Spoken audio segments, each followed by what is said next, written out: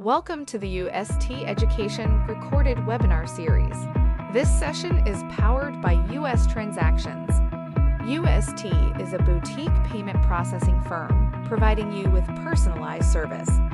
We offer agnostic, best-fit technology solutions for Hello associations, and welcome nonprofits, back. and enterprise I'd like to clients. welcome our next speaker, Ms. Sarah Irwin. Sarah is a solutions director at Fionta. She has extensive experience in working with organizations on complex implementations involving integrations, data migration, and change management. She holds 5 Salesforce certifications and has a BA from Providence College. Please help me welcome Ms. Sarah Irwin. Thank you. All right, everyone. Welcome to Salesforce for Associations. I hope you guys had a great lunch, as well as those of you remotely. So just a quick introduction for you. My name is Sarah Irwin. Like they mentioned, I have some extensive experience in Salesforce consulting, implementing Salesforce for a variety of different types of organizations for the last 12 years. My areas of specialization are data, governance, as well as solutions around the revenue lifecycle. And I'm excited to take some of those experiences here today to talk to you more about how you can make Salesforce work for your organization. So just a little bit about Fionta. Fionta is a consulting firm. We've been around for about 22 years now. We are women-owned and led, which is a really exciting aspect of the company and one that you don't see too often. We specialize in providing technology and digital solutions for associations and nonprofits. Our services include website development, CRM implementation, as well as digital strategy. And our goal is really to help organizations leverage technology to achieve their missions and improve their operational efficiency. So just a quick agenda for today. I'm going to be covering some common business challenges for associations just to set the stage for the demo, which I'll get to in a little bit. We'll cover some key personas and use cases. So who are the key personas or users that are interested in Salesforce and some of the solutions that Salesforce offers as a platform for associations, and how we can help solve some of the business challenges that you all might be familiar with. Then I'll get into the demo. So I'll be demoing Salesforce for you and showing you how Salesforce can be configured for associations to manage your members, improve the member experience, and be able to provide analytics and insights into who your members are and how you can engage those members more effectively. And then I'll leave some time at the end for some Q&A, as usually I know some of you all may not be familiar with Salesforce, so happy to answer any questions you have about the platform. And I'll forgive George, my predecessor, for his expertise in Microsoft before we get going, but good. So a lot of the work that we do here at Fionta is really centered around membership-based associations. So we work with orgs as big as $100 million a year in revenue and as small as just $1 million a year in revenue. And one of the things we hear from all of them is that their goal really is to improve their member experience. So what do they mean by that? They really want to provide a seamless experience for their employees and their members. We hear them talk a lot about how they want to connect disparate systems and break down data silos. And they also want to acquire and retain more members. And that makes sense, right? Their members are really the currency and the lifeblood of these organizations and what keeps them going. So what we know about those members is that about half of them plan to engage mostly virtually with their orgs over the next year. These are really a new generation of members, and I think others at this conference have talked about this prior to me, but it's really a new generation of members, and they expect ease and personalization with every digital interaction that they have with their organization. They really expect a better, more modern experience than what these organizations can provide currently. And so that increasing shift we see to digital engagement really requires some changes on the part of these organizations. So let's talk about what we see as their current state and how that's really inhibiting these changes on their part.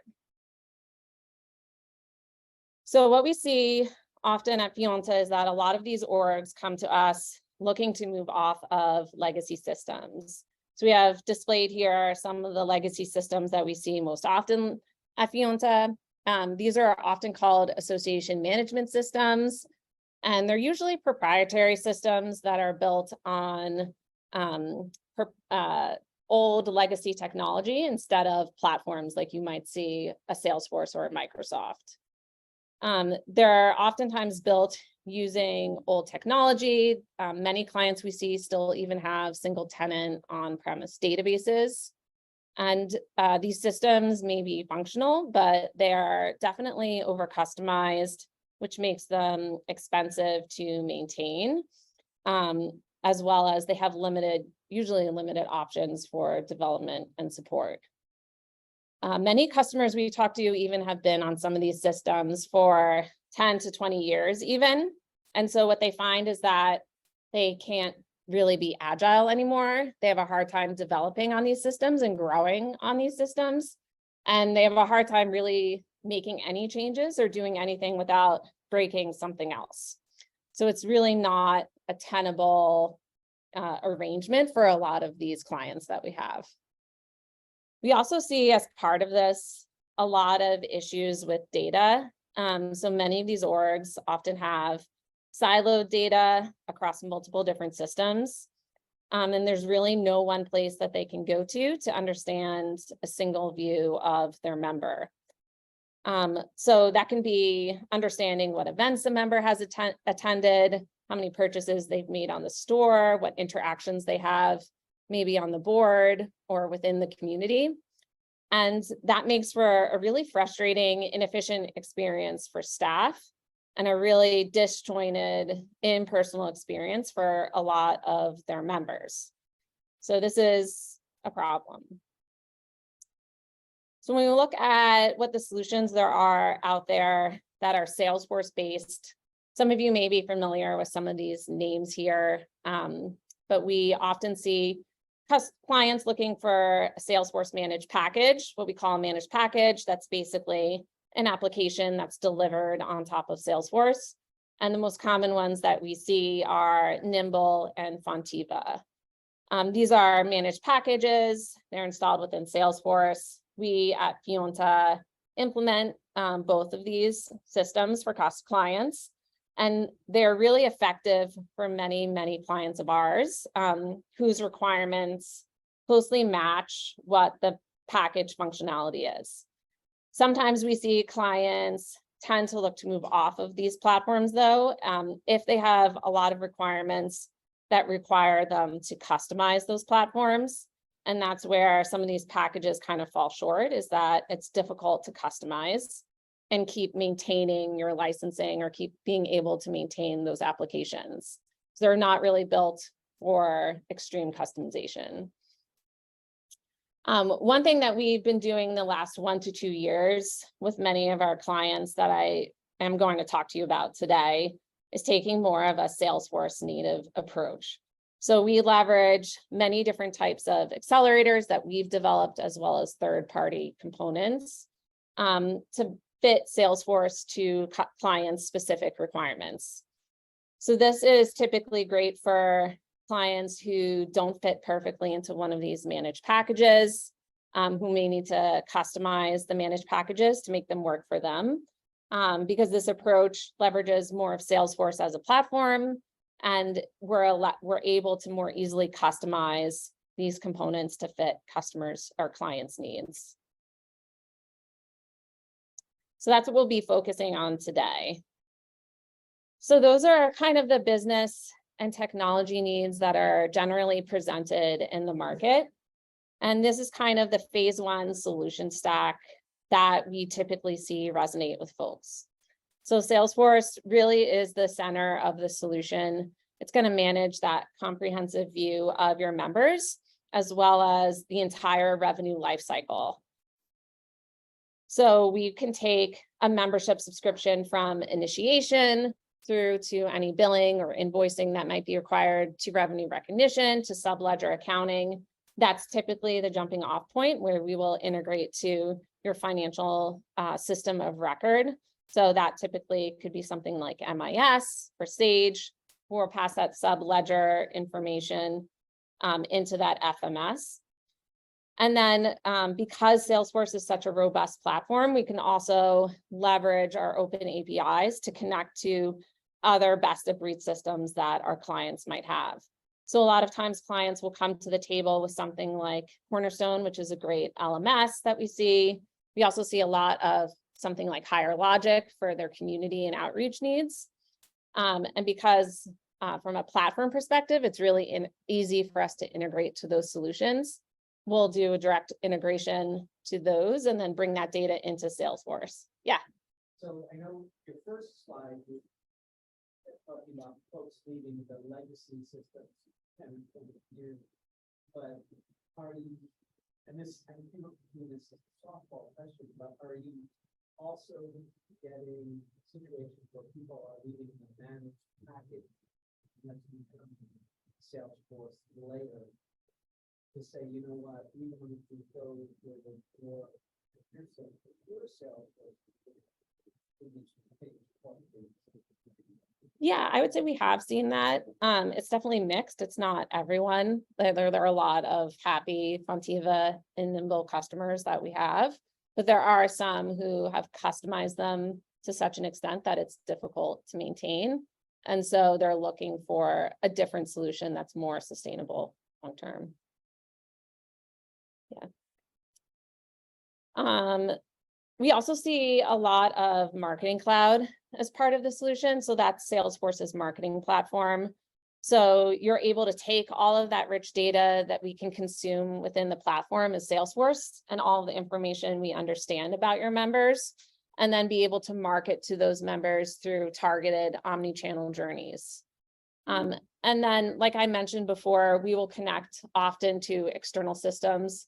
So instead of forcing people to move off of their best of breed applications, like Cornerstone for an LMS, or like Higher Logic for community, we'll say, leave those applications in place and we will integrate directly into Salesforce. And we do that all the time with customers where we're able to take through SSO or through data level integration, that information that's necessary about those members and put it within Salesforce so that staff users can have a better, more unified view of their members. Yeah, do we have some questions?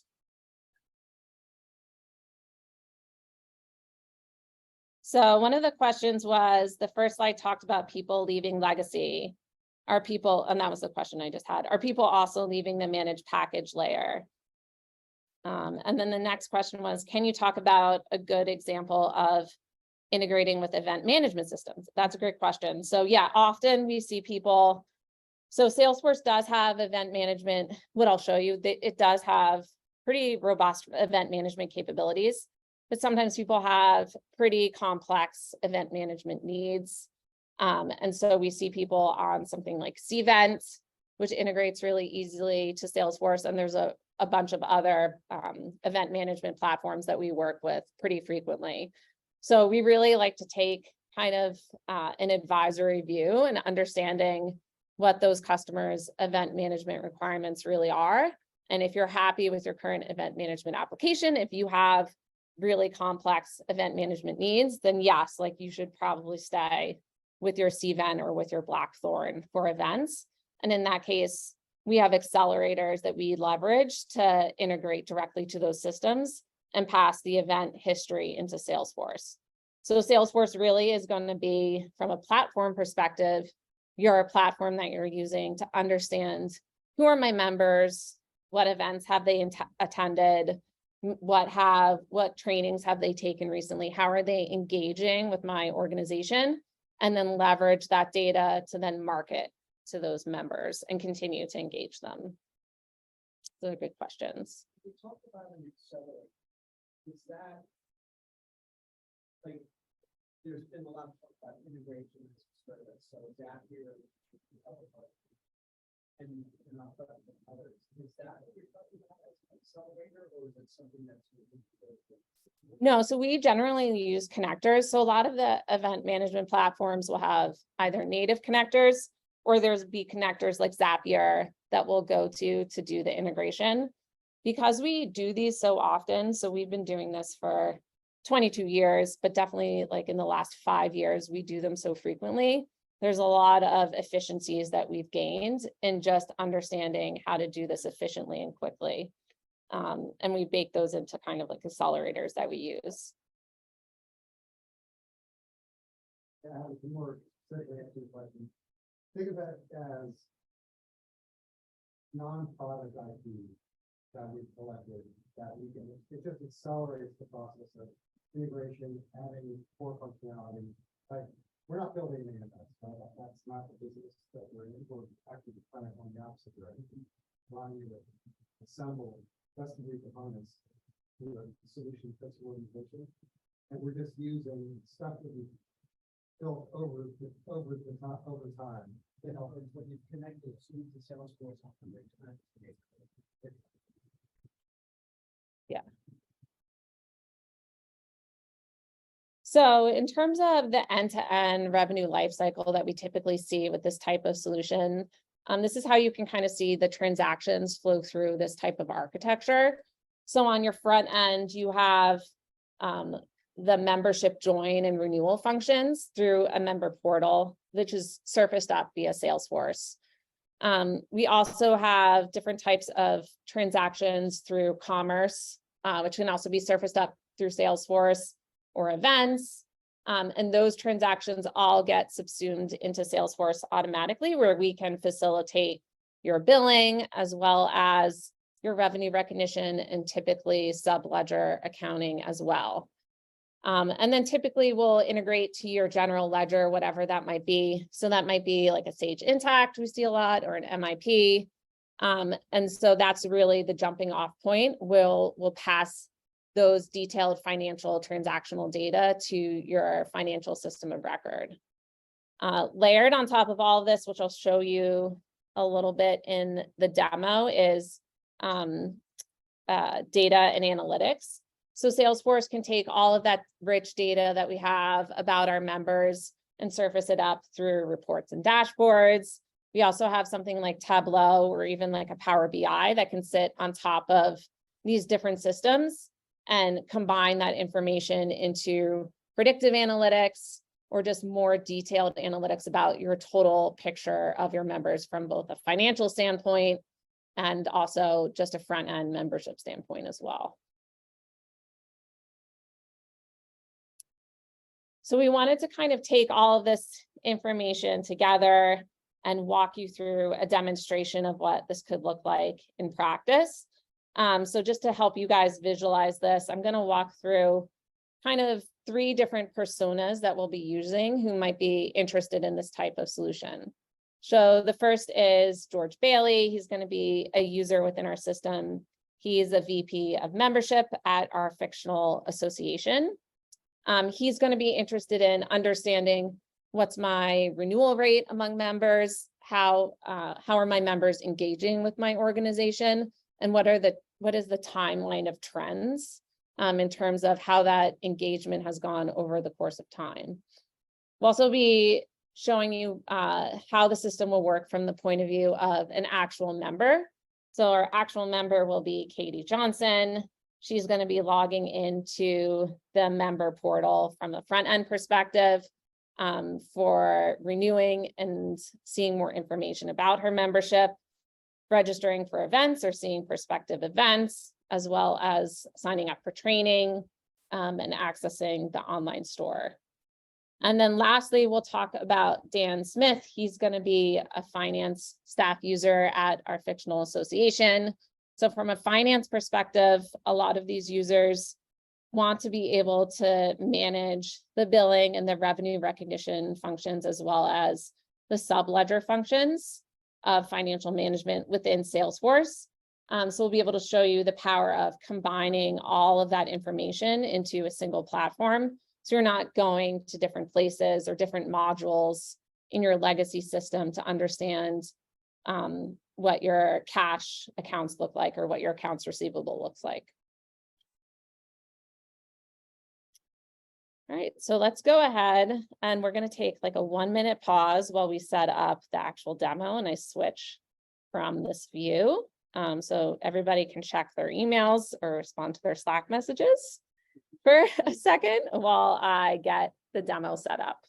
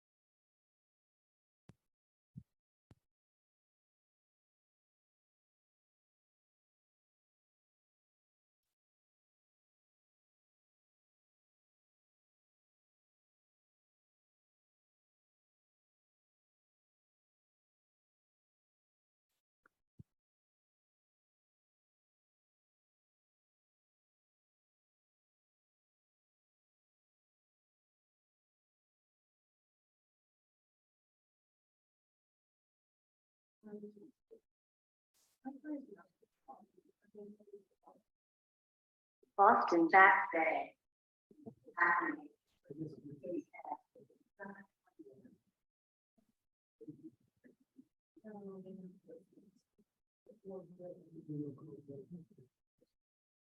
All right, so we're ready to kind of jump into our demonstration.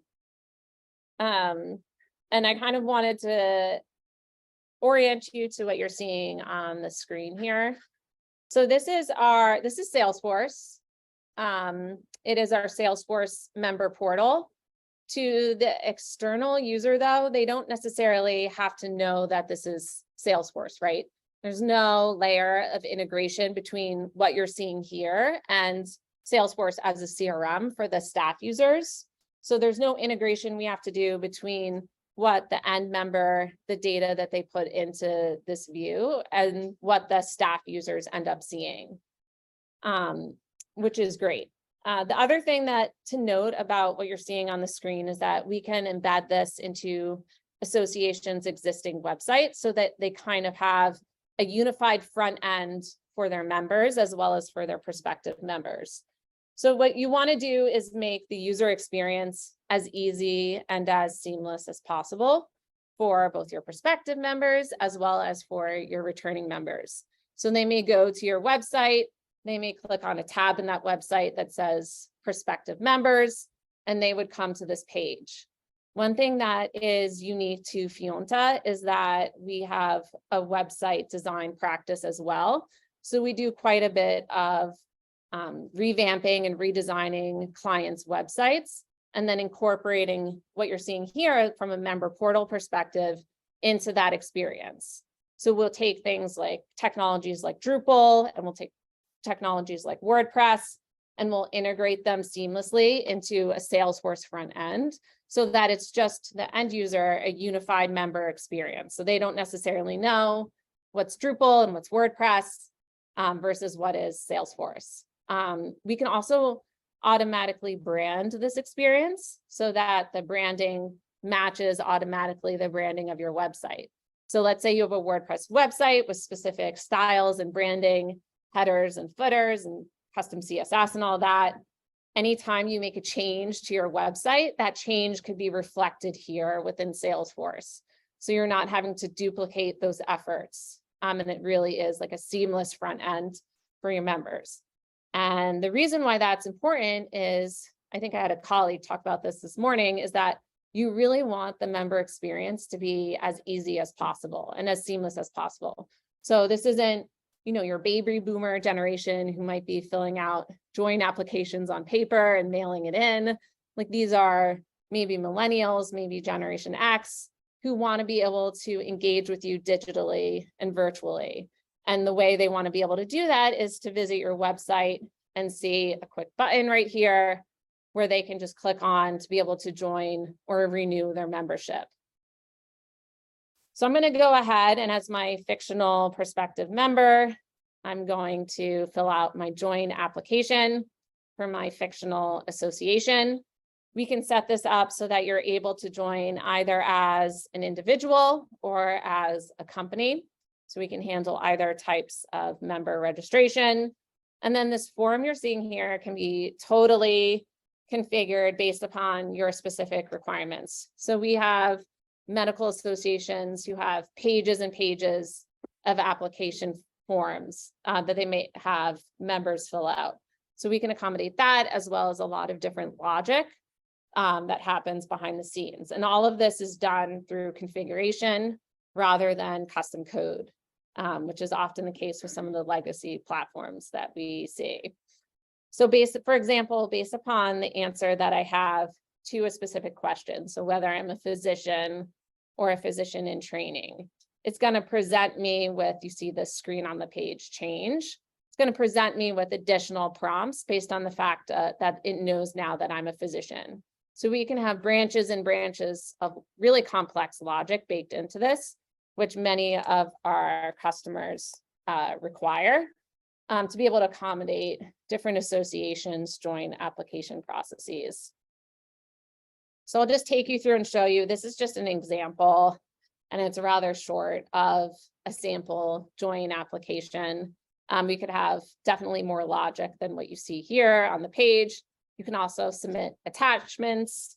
We're going to make some agreements here from a legal perspective. And then it's going to present to me some dynamic pricing based on who I told the application I am. So if I tell the application I'm a physician, I would get different pricing than if I told the application I'm a student, for example. So it's smart enough to recognize who I am based on those answers to the questions, and then present to me some dynamic pricing. You see that pricing can also change. So the packages can change based upon the length of the membership that I want, my membership term, as well as I can select different frequencies in terms of my payment as well. So we see a lot of individuals wanting to join these associations and pay immediately.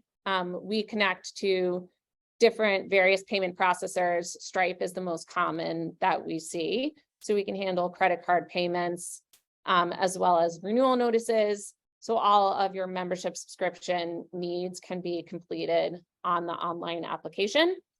But we can also accommodate invoicing needs as well. So we still have associations who send out paper invoices, believe it or not, to their members. So if you do have those types of needs, we can accommodate that as well. But we can also accommodate the credit card payments through the front end. Any questions about kind of the membership portal front end or the join process?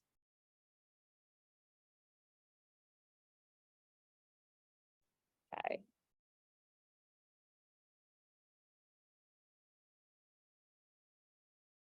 Okay, so let's go ahead and let's look at the internal user view of the system.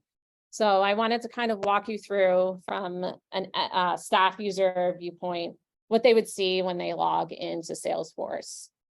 So think of Salesforce again as kind of the replacement for your AMS or your proprietary system. You may have staff members who want to log in and just be able to monitor what their engagement looks like from a membership perspective, as well as just the demographic makeup of their membership.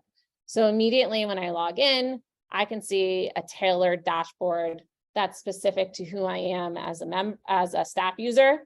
So if I'm a VP of membership, for example, I may want to see different information than a finance user may want to see.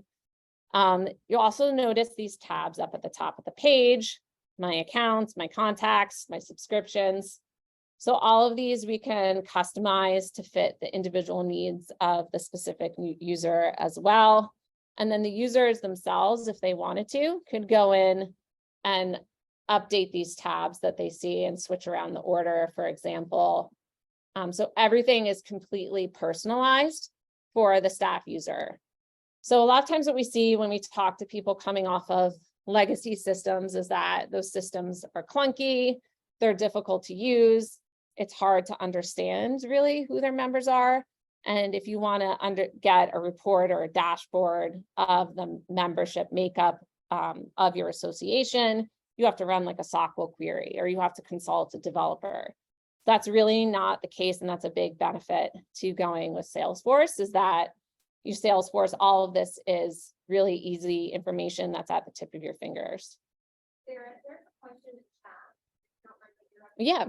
We are a bottom-up organization where the members pay their chapter and then the chapter pays us. Can the system do that? Yes. So we do have those use cases as well. And we can accommodate the billing for that, as well as like chapter logins in the front end portal. It's a good question. Yeah.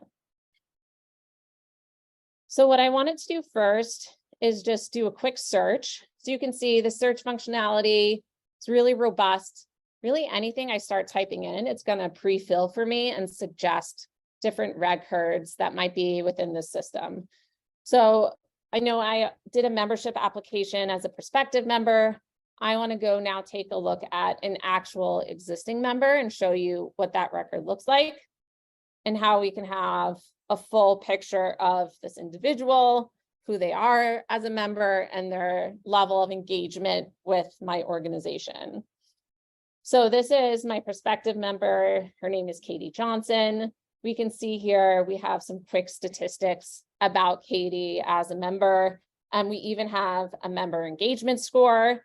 So Salesforce is able to take all of those metrics that we gather about Katie through the front end portal and calculate an actual engagement score. So this engagement score is going to tell us how involved Katie is within our organization.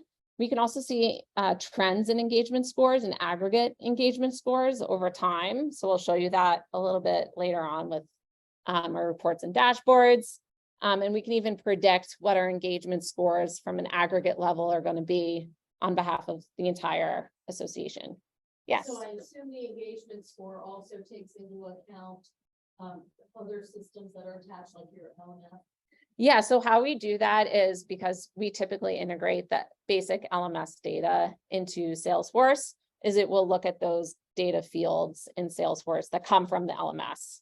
And then we put that into the engagement score calculations. So that could be like how many courses I've taken in the last year, what courses I've taken. If you have an external event management tool, it could be like how many events I've attended, things like that.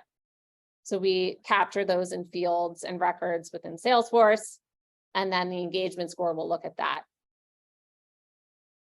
Thank you. Yeah. So we can see just at a glance, you know, she has some small involvement with the association. She's attended one event. She is, her lifetime total value is about $3,500. So maybe on the individual level, a VP of membership wouldn't go in and really be looking at this. But from an aggregate level, you'd be able to look at these trends. And you'd be able to have triggers in your marketing automation tool, like a marketing cloud, to be able to send emails or even SMS to engage these members more. So let's say Katie Johnson was previously at like 300 engagement score, and we've seen that she's dropped. Maybe we have triggers or journeys that we send her from Marketing Cloud to say, hey, look at these events. And then we can see the effectiveness of those marketing journeys and measure that within Salesforce as well. The other thing to know is that any communications we've had with Katie, we can track from within Salesforce. So through things like inbox or even Salesforce itself, we're able to track our level of communications with individuals that might be actual members. And then from a membership perspective as well, we can see all of the related data here about her actual membership. So we can see she has a membership subscription. We'd be able to see that it's active, as well as the start date and the end date, and what the total value of that membership subscription is. If we wanted to understand more about her event participations, her job applications, any orders she may have from her the online store, which I'll show you, or any continuing development, education development activities, we'd be able to see that here as well. So a lot of times, if you're coming from a legacy system, this is really groundbreaking for you because you're not necessarily able to see all of these things on a single page. And that's really the power of using a platform like Salesforce, is that it's taking all of those different data points and automatically it's just a given that I'm able to see these data points on a single screen to understand my member. Yes, a question. Question from the audience. the Yes. local audience. From Teresa, what size revenue and associations does this work like?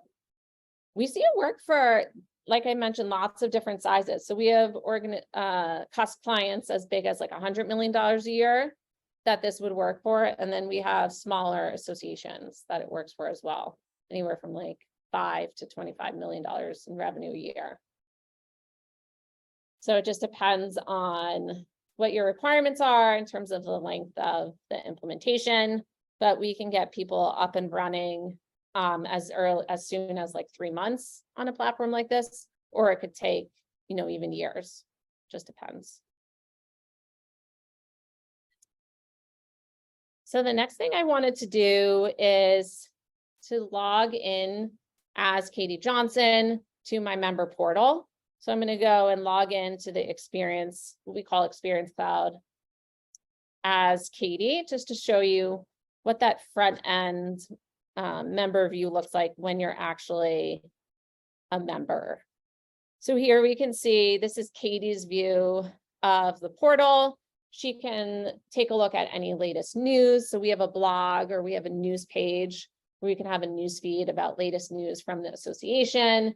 She can see her actual membership information. So she can see how much she's paid in total, when her renewal date is, and she can even renew manually online if she wants. And then we also have a link out to policy and advocacy pages. Let's say she wants to take a look at what are the upcoming events. So this is like the native Salesforce event management. So we can have a page that kind of aggregates events that are coming up. We can filter down these events by event type. So if I only wanted to see events that are local to me, I could do so. I could put in a start and end date or a location, or even filter it down by location.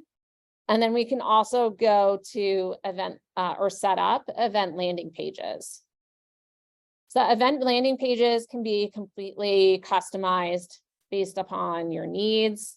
So we see a lot of people that run the gambit in terms of requirements around this. So we have people that have pretty complex event registration paths that they require. And then we have people who may be doing more online webinars where that registration process is a little bit simpler. So here you can see there's tabs for this particular event site. So I can just take a look at the basic information about this particular event. I can see an agenda of speakers, and we can configure as many tabs as you might want to be able to display information about the event. I can click into individual sessions. So like an event like today, for example, you would be able to see my picture, some information about what I'm presenting. And then you can see some data about the sponsors, about the speakers, and then event sponsors as well. Event sponsors is something we see a lot with some of our larger organizations where they have a good amount of their revenue coming from event sponsorship. So if we have time, I did want to show you just how we can handle those use cases as well. But here on the page, I'm going to go ahead and just say I want to register for this event. And it's going to take me through a registration flow where it's going to ask me some questions. And it can ask me it can have me fill out a form within this flow, and then I can pay directly online. So when we talk about the revenue life cycle of these different members and how the revenue could be flowing through the system, we have our membership subscriptions that get subsumed into Salesforce that we need to account for and bill for. We have our event registrations, and then we have purchases from the online store, perhaps. All of those transactions that the user is making in the front end are getting captured within Salesforce. So from a revenue perspective, we have a complete view of our member as well, so that we're really tracking what matters to a lot of associations, which is the money. So I'm going to go ahead and just click through. Let's see how much time we have. I have until 2:15. Yes, okay. So 15 minutes. So just to show quickly, we're able to set up directories. So whether that's a member directory or an organizational directory, a lot of times, like I mentioned, we have associations whose members are organizations. We have an online store. So some organizations want a more robust commerce experience, like a Shopify or like a WooCommerce, which we can integrate to from Salesforce and link out to from the member portal. Other organizations have less complex commerce needs, in which case we can leverage the native Salesforce Experience Cloud Commerce, and they could add, so this, for example, this organization, they can add products to their cart and then check out their cart online. You may want, just in terms of like member engagement, so we have the ability to have a membership blog. What's great about Experience Cloud is that, let's say I click on one of these blog articles, we can automatically know that the user is clicking on this article, and then we can send them automated messages or put them on a specific Marketing Cloud journey to market to those users based on what we know their preferences are. So when you talk about the importance of like personalization and being able to engage your members, Salesforce really is geared towards enabling that more easily and to making that easy for your staff users as well. In terms of groups and collaboration, so we see a lot of people who have collaboration and group needs. For those that have maybe like simpler needs, we can leverage something called Salesforce Chatter, which you see here, where you can communicate to other members. So you can post here, and that post would send a notification to the other members in that particular group. You can have questions or polls. So if you have board elections and maybe you have specific committees or committee elections, you can leverage the native Salesforce functionality for that as well. So for the sake of time, I'm going to switch over and go into the internal user view one more time and just show you what the experience would look like from a finance perspective and how we can accommodate the full revenue lifecycle. So our member that we were looking at before, she's Katie Johnson. We could see that she works for, Salesforce captures the fact that she works for Emory Medical Center. A lot of times we work with associations who want to be able to understand that information so they can sell event sponsorships to those companies or to those organizations. So I have a use case here where we're actually trying to sell an event sponsorship to Emory Medical Center. So we've created what's called an opportunity within Salesforce. You might have a sales team at your association that's actually actively prospecting and looking at these organizations and trying to sell them contracts so that they will sponsor their events. So to help manage that process, we leverage what's called a Salesforce opportunity, which is what you're looking at here.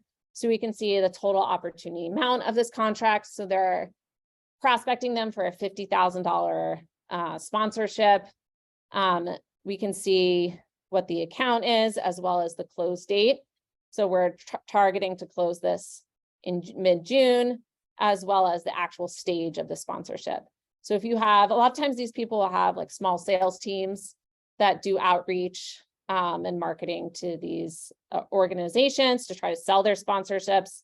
And then once they sell their sponsorships, so let's say we actually are able to close this opportunity, they're going to want to be able to bill on this opportunity. So we have a couple of different billing use cases that we see pretty frequently. One is to be able to invoice or bill members based on their subscriptions. And another is the ability to invoice or bill for sponsorships. So those are the two main ones that we see. A lot of times if individuals pay online or through commerce, we see the need to just create a pro forma invoice so that you have a record of that transaction within the system. And people want to be able to see this in a single platform, which Salesforce can do. So here I'm going to go and I'm going to manually create my invoice for Emory. Let's say they have agreed to purchase the sponsorship. Now I want to invoice them.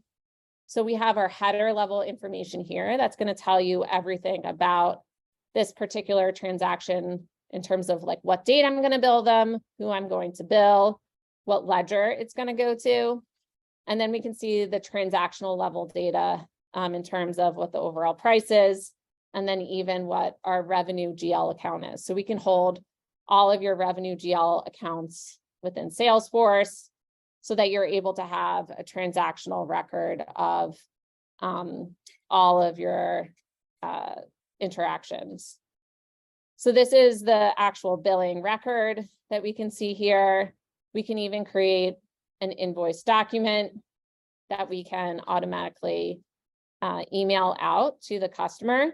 So you can see here we've invoiced her, Emory, for $50,000. So we're able to track and generate the invoice document. And then all of this that you see me clicking through in real life would probably be an automated process where you would have automated workflows that automatically generate these invoices in a batch format or a batch schedule. If you wanted to do revenue recognition or keep track of how you're recognizing your revenue, we can recognize revenue directly within Salesforce through any method you might use. So a lot of these folks who are coming from legacy AMSs, they're used to be able to doing all of these functions within a single system. They may be jumping between modules, so it may not be as seamless as it would be within Salesforce. So we can see, we can decide what type of revenue recognition method we would want to use here. We can put in the number of accounting periods that we need to accommodate. So we can handle deferred revenue. We can also handle multiple revenue recognition methods per transaction.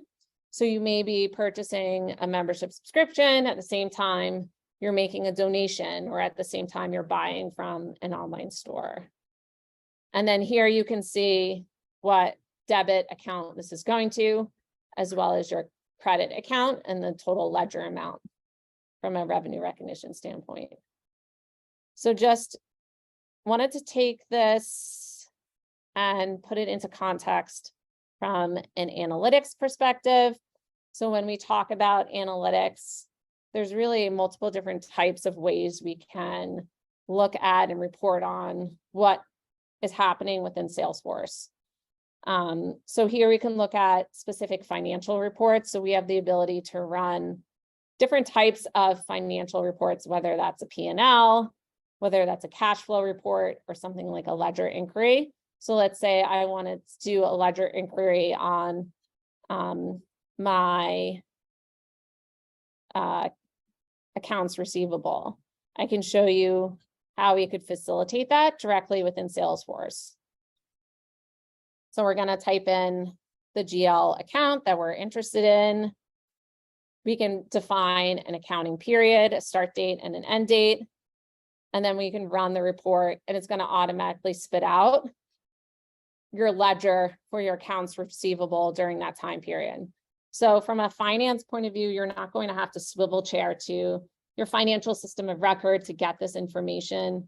And you're viewing this information within the context of who your members are as a whole, so that it's not in 80 million different places, which is really, really helpful. So when we talked in the beginning about disparate data sources, as well as understanding the member as a whole, this is kind of where we put that into practice. So we can see here, just it's aggregating all of our accounts receivables, and it's telling us what our opening balance was, and then what the amount is for this time period for the accounts receivable, and then it's going to give us our year-to-date balance. So it's really, really easy for me as a finance user to do these tasks, and I don't need to consult like a developer or someone who knows how to write SQL queries. I can do this myself, so it's a self-service kind of model. And then the next thing I wanted to show you from a reports standpoint is just how we can take multiple different data sources. So not just Salesforce, but also maybe you want to look at your Sage Intacct, maybe you want to look at some of your other third-party applications and combine them into one view, and then be able to see maybe some predictive analytics as well. So this dashboard right here is telling us our membership, the health of our overall membership and our financial health as an organization. So I am pulling, we actually have a demo org that can pull from an FMS system like a Sage Intacct. So it's telling me what my year-to-date revenue is, but I can also see the trend of that revenue and where that revenue is coming from. So I can understand from a really granular perspective, what is my commerce, like what am I selling in my online store versus what my event revenue is versus maybe your membership or your sponsorship. And then you can see the trajectory of that over time, which is really, really powerful. We can see financial metrics like our operating expenses and what that trend is over time. And we can see things like our operating income over time. And then the other thing that we can do is actually inform the user about maybe outliers that might be happening or trends within our data. So if we look at operating income, for example, we're able to see through a data guide what those trends would be, or day sales outstanding, what those trends are. We can also see the makeup of our organization from a membership perspective. So maybe you want to know who are my members by state. And then what a lot of folks want to know is what their membership renewal rate is and how that's trending over time. So that's from a Tableau perspective. The difference between Tableau versus the native Salesforce reporting that we saw is just that Tableau can aggregate different data sources, and then it can present more sophisticated visualizations. Salesforce gives away, I think, for most nonprofits with a marketing license, one Tableau license. So a lot of times, a lot of nonprofits get that for free, or you could purchase more fuller set of licenses. And then we can also do similar things with a Power BI. We have a lot of customers kind of vary between Power BI and Tableau. And then the last kind of reporting and dashboarding that I wanted to show you is just some membership dashboards here. So we can see, we talked a little bit about the need to understand who our members are from a reporting standpoint. So I'm going to go ahead and take a look at my new members. Let's say I want to understand what the makeup of these members is. So I can see the breakdown of this. It's a little bit small on the screen, but you can see how many of my members are male versus female, what's their overall tenure and their age, and then you can drill down to the details. So again, the reporting and dashboarding is really nice. You don't need advanced qualifications to be able to run these reports. And then let's say we wanted to actually look at a visualization on top of this. I can easily create and add visualizations that will help me understand more of the makeup of my members. So here I've created really quickly in just a few seconds, a pie chart that shows me what my membership tenure is in terms of buckets. So like 8 to 10 years, this is what percentage I have of my overall member makeup in terms of their tenure. So this is me as someone who doesn't know how to code, has never coded a day in her life, being able to create these things. And really, it's really powerful for your staff users who may not be coders or developers either, or even that technologically proficient, be able to do this. So that's kind of what I wanted to cover today, to show you kind of the power of a platform-based approach and how Salesforce can accommodate and solve for a lot of the business problems that we see. Do we have any questions before we have 5 minutes left before we wrap? Yes. So all of this setup that you're trying, it's definitely helpful to get, visually, like order of magnitude, how many hours does it take to set this up?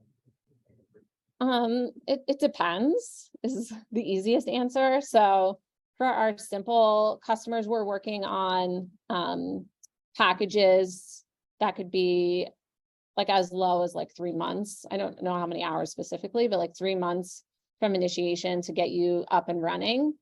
That would be like more of like a quick start model. And then it could be as long as like 6 to 12 months, or even 6 to 18 months if you have multiple integrations.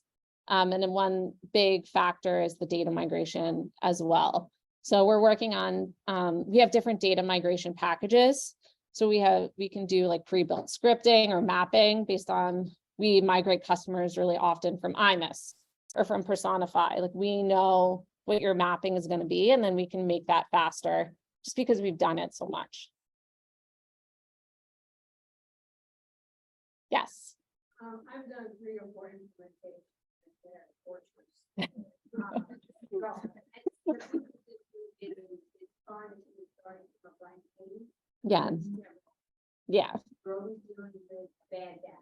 Yeah. And there's a lot of cleanup before you can even start at the gate. So I'm not even going to go there because it takes hours a day for those questions. But I was also wondering, the people who are not in accounting, like, so we want to talk about prospects. So it's great to have membership and analytics for those types of things. But what they aren't knowledgeable about is they want every prospect in there, but you don't have the data for the prospect. So how do you separate the prospect that is someone who came to your event who is not a member, but they want to track it, and someone who doesn't know any better, dump everything in there, and they're really not members. So Yeah. So how do you split that on the front end so you can, how many of those people don't know what they're talking about, and you don't want to destroy the new data that you finally got, right? Yeah. We migrate things like prospects. Oh yeah. So the question was, how do you accommodate like leads or prospects versus actual members or actual customers, I guess.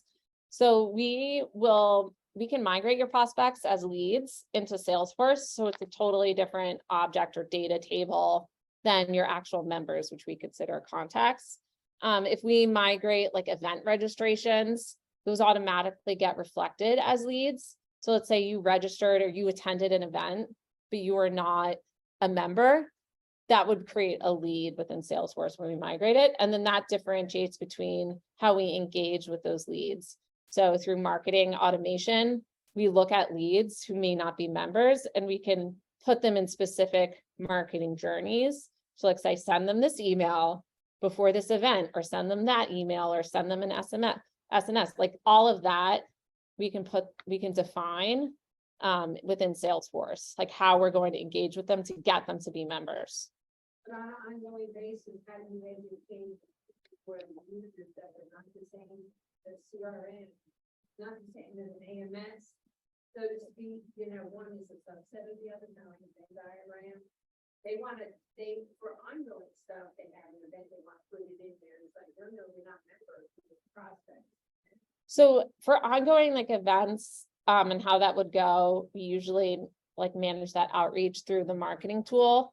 And so we would train those types of users on how to use Salesforce Marketing Cloud, which is integrated to Salesforce, so that they would be familiar with how to create those campaigns to market to those individuals. So a lot of it comes down to change management and training and understanding like your role, and helping you to define, like when I log into Salesforce, this is the marketing automation view that I can see, and this is how I can see who I'm marketing to, whether they're a member or just like a prospect.